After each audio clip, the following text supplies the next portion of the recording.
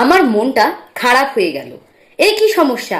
বাকি পথ দুজনে নীরবে পার করলাম। পুরোপুরি নীরব বলাটা বোধহয় ঠিক হলো না। ভদ্রলোক নিজের মনেই মাঝে মাঝে বিড়বিড় করতে লাগলেন। মন্ত্রতন্ত্র পড়ছে বোধহয়। ভদ্রলোকের বাড়ি একেবারে জঙ্গলের মধ্যে।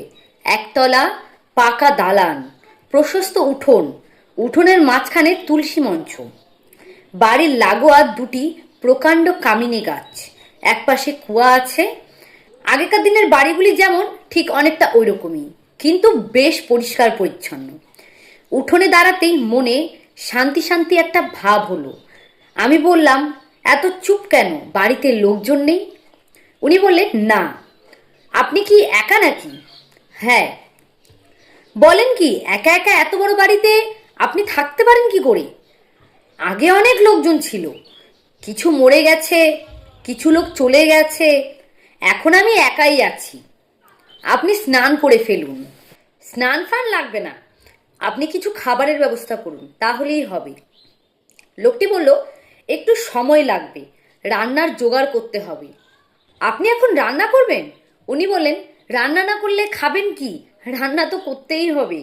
ভদ্রলোকটি গামছা, সাবান এবং একটা জলচৌকি এনে কুয়ার পাশে রাখলেন।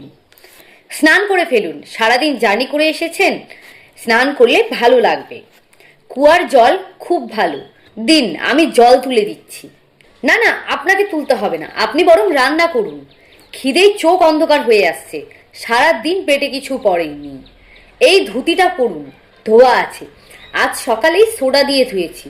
আমার আবার পরিষ্কার থাকার বাতিক আছে, নোংরা সহ্য করতে পারি না।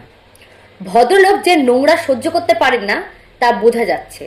তিনি রান্না করতে বসেছেন উঠোনে। উঠোনে পরিষ্কার ঝকঝকে দুটো মাটির চুলা। সুধাকান্তবাবু চুলার সামনে জল চৌকিতে বসেছেন। থালা, বাটি, হাঁড়ি সবই দেখি 2-3 বার করে ধুচ্ছেন।